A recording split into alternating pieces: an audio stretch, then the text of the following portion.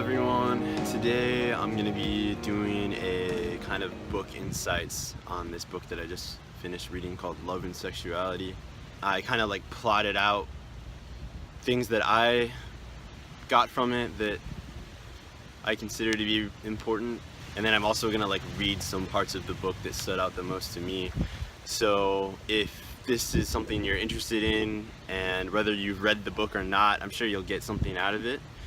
So I guess the first thing I would say about going through this book is just how it made me think and reflect on things that are kind of taboo in our culture, and kind of cleanse, I guess, some social conditioning. The other thing is just like, I really feel strongly that you can get so much out of reading a book without having to go to a university or a college and having to spend a bunch of money. Like, there really is so much you can get out of just, if you're interested in something, just spending the time to read a book. So the first thing that stood out to me that I want to share with reading this book is this concept of when you're in a relationship with someone and you have this kind of deep feeling of fire or love, and this book talked about using that energy as fuel and like directing it towards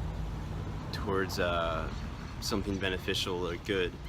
And I also just kind of felt like with that being said, like learning your partner's love languages and what makes them feel loved. And it's really interesting because I was just reading Osho kind of talking about how words, saying you love someone to something, he said like words are never the experience. The words are always about and about and about and about, but not the actual thing. And I really kind of connect that with what he was talking about in this book, with using that fuel to actually do actions that are loving towards the person. So I'm going to read a little section about that part. He says, "You know how ships were constructed in the past. The stokers, whose job was to keep a head of steam on the boilers, were below decks. The ship advanced thanks to their labors, but they couldn't see where it was going. There had to be a skipper up on the bridge to give orders and keep the ship on course, but it was not he who kept it in motion. And this is an image of man. Our emotions, feelings, and instincts are the fuel that we feed into the boilers to keep our ship going. But if there is no one at the helm to keep it on course, it will be wrecked. Man's captain is up here in our head, and the stokers and engineers are in the rest of the body, the stomach, belly, sexual organs, etc." I don't know, for whatever reason, me reading that was impacting. I thought that was a really cool way of kind of summing up that energy, that love energy, and how to direct it towards something instead of kind of letting it waste away. He also talks about your intention for being in a relationship with someone, if it's purely like physical attraction or if there's deeper things, if it's because you guys have dreams for the world, or I felt like what I really got out of it was like what your ideal of heaven on earth is, and creating that together rather than a purely kind of lustful or kind of vain attraction. He also talked about, with that being said, like when you're in an early stages of a relationship with someone, which I thought was interesting. He said like hold off on like telling the other person like that you love them, which makes sense the way he talked about it. It was like let like your actions and those sort of things like reflect that, without saying it first, and then allow there be time for reciprocation and that sort of thing. And then it's like when you finally do say that, there actually is like action, and there's experiences that you've had that back up the words. And he also talked in conjunction with that, like the difference between like a real kiss and like just kind of like a lustful kiss, and got into like what's your intention behind it. Like, what's your intention behind the kiss? And that just made me think of, what are the reasons that you're attracted for the person? Do they inspire you to be your best version in your life? Do you admire their values and the way they treat other people, and their courage in pursuing their own dreams in their life? Is it like that? Do they inspire you? Is that the motivation behind the kiss, or is it kind of just that simple lustful thing? And he goes on to talking about how if it is that, if it is merely just the physical attraction, that ends up being, you end up kind of being like, why the fuck am I in a relationship with this person? And you end up kind of like, he says, like, you end up kind of tossing each other away like a used lemon peel. I feel like that kind of invariably ends up happening a lot of times for people in early relationships, just because, we just don't know. And kind of on that, I want to read a couple excerpts from the book. He says, a young man can start going out with a girl who is not particularly pretty. After a time, when he sees her wisdom, kindness, patience, and spirit of self-sacrifice, he begins to love her more and more. To begin with, he found her rather unattractive, but now that he sees how beautiful she is inwardly, all the others pale by comparison. For she is loyal and faithful, sincere and even-tempered, always ready to console him, dress his wounds, and give him good advice.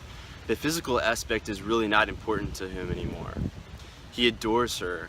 When they go out together and people criticize or pity him for marrying such a plain woman, he thinks to himself, poor fellows, little do they know what a pearl she is.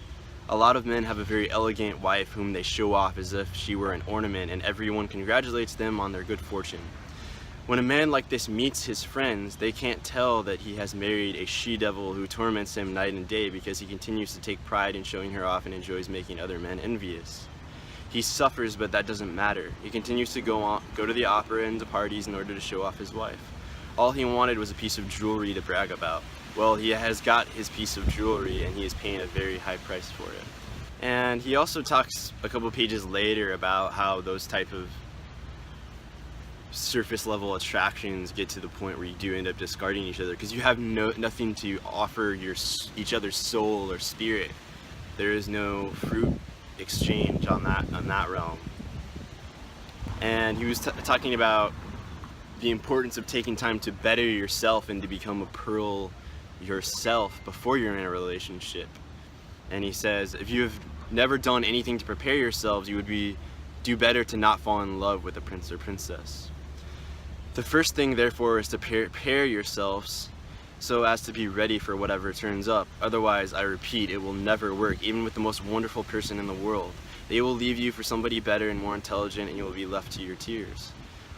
So prepare yourself and start to earn so much treasure, so many precious stones, that is to say, qualities and virtues, that you outshine everyone else. If you do this, then the one you love will be faithful to you.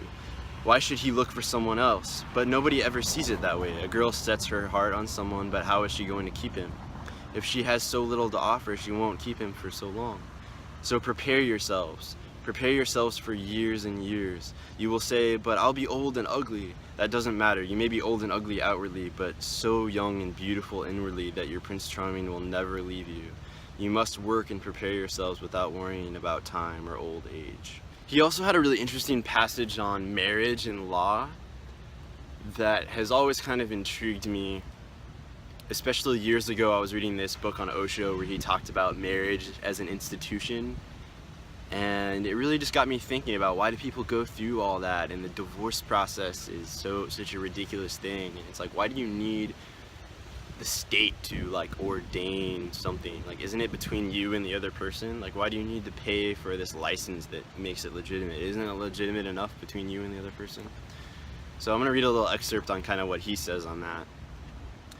And he says, law was instituted the day that love disappeared from amongst men.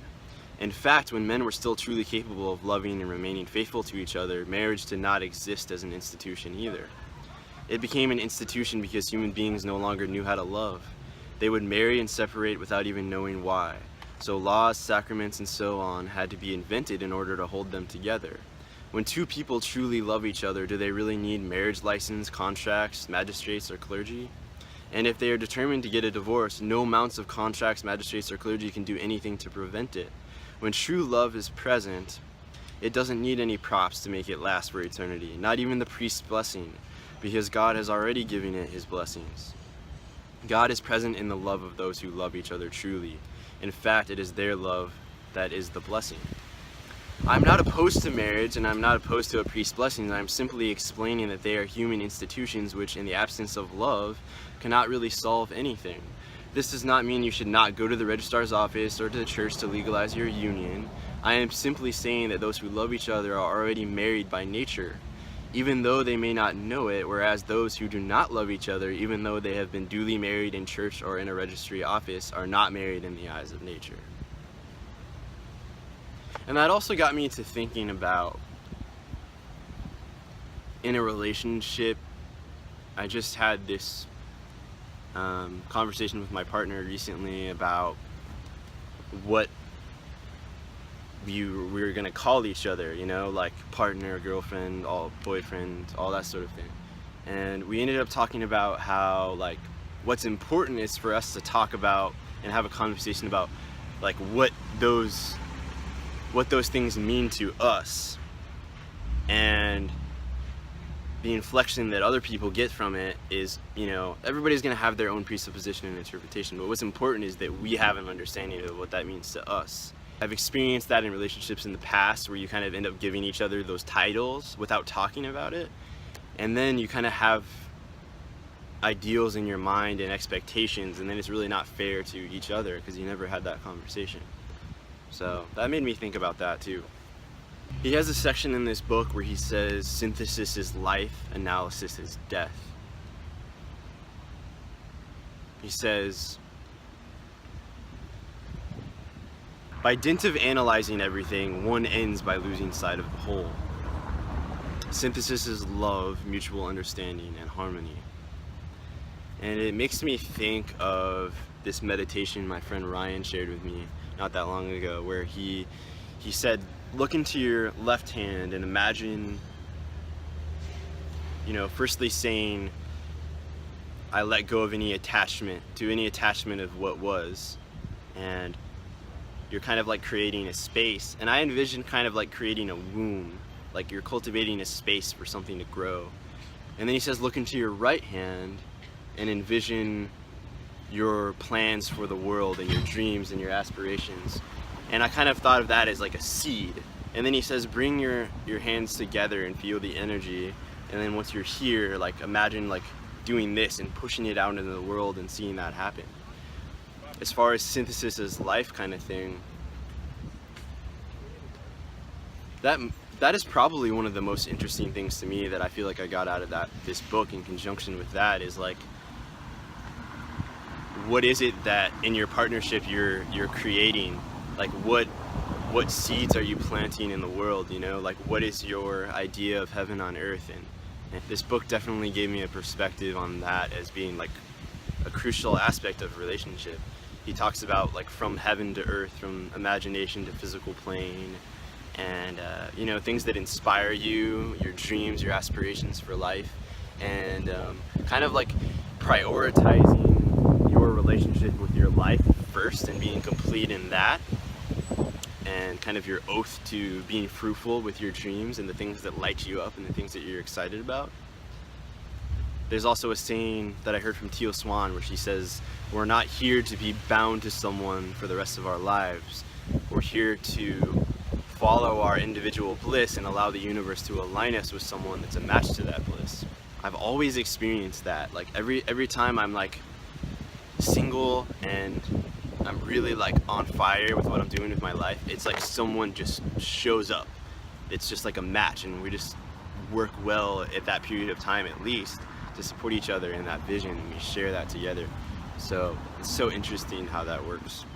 The book also talks about seeing like the divine principle in every man and woman, like seeing every woman as like a bridge to the divine mother, and every man as a bridge to the heavenly Father. And it also talked about this in conjunction with jealousy. jealousy versus sharing joy.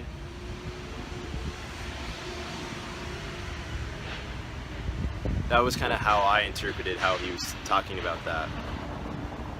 He ended up kind of going into how jealousy stems from an insecurity, because like imagine you're in a situation where you're with your lover and jealousy comes up. If you really seek at the root of it, like if you really ask yourself, like, where is this coming from? Is it, because I found that a lot of times it really comes from like being jealous that someone else is giving them something that's bringing them joy, and you're like jealous because you're not the one doing it. The book really went into like being able to share their joy and be lit up and excited and happy for them that they're excited and that other people are able to, like, even though you're in a relationship together and you're sharing something special, other people have things to offer them that are gifts, like every other man and woman is a bridge to the Divine Mother and Divine Father and have gifts, for them. It's really cool to be able to look at it like that and kind of really evaluate where jealousy comes from and be able to share joy. And then kind of going into some of the sex stuff,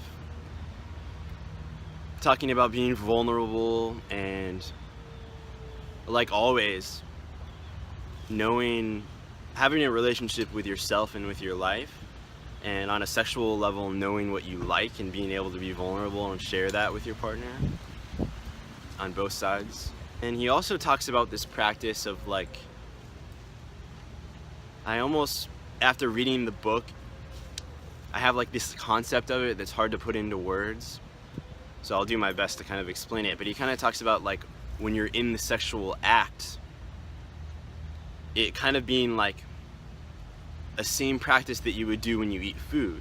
Like when you're eating a meal, inviting God or the divine or source or whatever guides or however you want to look at that, to be nourished by the meal with you as you're eating it.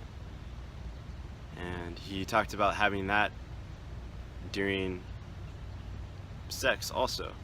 So touching a little bit more on that point, I'm going to read a couple excerpts from the book. He says, every day you prepare food and eat it, but you don't eat everything. You sort out what is edible and what is not. And he says, before loving someone, before embracing them, wash your hands and invite the angels to share your banquet with you. That is to say, purify yourself as not to soil your beloved, so as not to give them your illness, your discouragement, your sorrows. But look what happens in most cases. The man is feeling unhappy and discouraged. He feels the need to be comforted by holding his sweetheart in his arms, but what does he give her? He takes all the strength and inspiration she has to offer, and in exchange, gives her his own impurities. At times like that, he should avoid embracing her.